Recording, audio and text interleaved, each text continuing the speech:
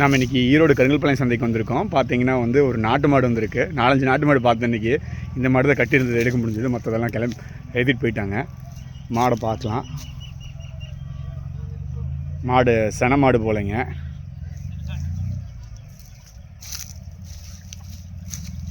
காம்பும் நல்லா இருக்குது. நல்லா பெருவெட்டு மாடாக இருக்குது சென மாடுனால.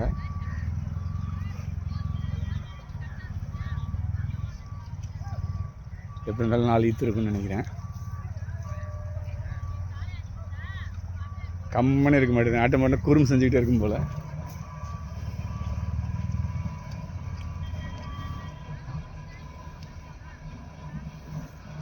பார்த்துக்கிட்டே இருக்கலாம்னு தோணுது பண்ணுற சேட்டையை பார்த்தா.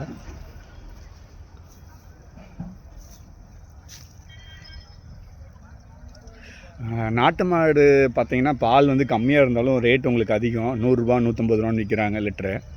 ஸோ சத்துள்ளதுன்னு சொல்கிறாங்க.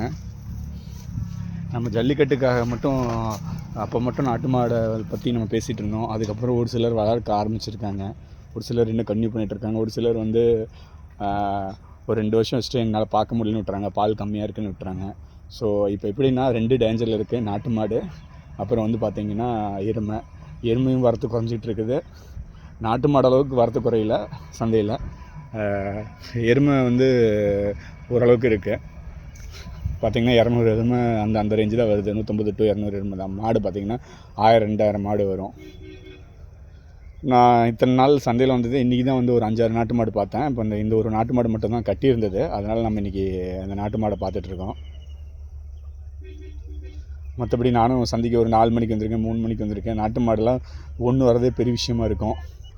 நம்ம கிருக்கோட பார்க்க முடியும், மற்ற மாடு பார்க்க முடியலனாலும். இன்றைக்கி பார்த்திங்கன்னா நாட்டு மாடு நமக்கு இன்றைக்கி தான் டைம் கிடச்சிருக்குது, நல்ல டைம் கிடச்சிருக்கு நாட்டு மாடு எடுக்க. நாட்டு மாடு வளருங்க.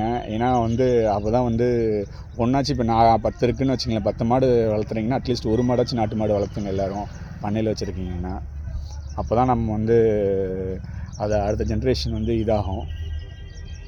இல்லைன்னா மாடு இருக்கிறதே தெரியாமல் போயிடும். இதே கேஸ் தான் நான் எருமைக்கும் சொல்ல வருவேன். ஸோ அதனால் வந்து நீங்கள் வந்து நாட்டு மாடெல்லாம் வளர்க்க பாருங்கள், எருமையும் வளர்க்க பாருங்கள்.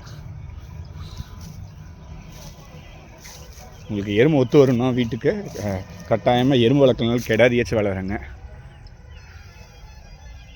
தீனி பற்றாக்குறை இல்லைன்னா வளர்த்துங்க. நாட்டு மாடு எவ்வளோ அழகாக இருக்குது. சனையாக இருக்கனால கொஞ்சம் மாடு பெருசாக தெரியுது. சரிங்க, பார்ப்போம்.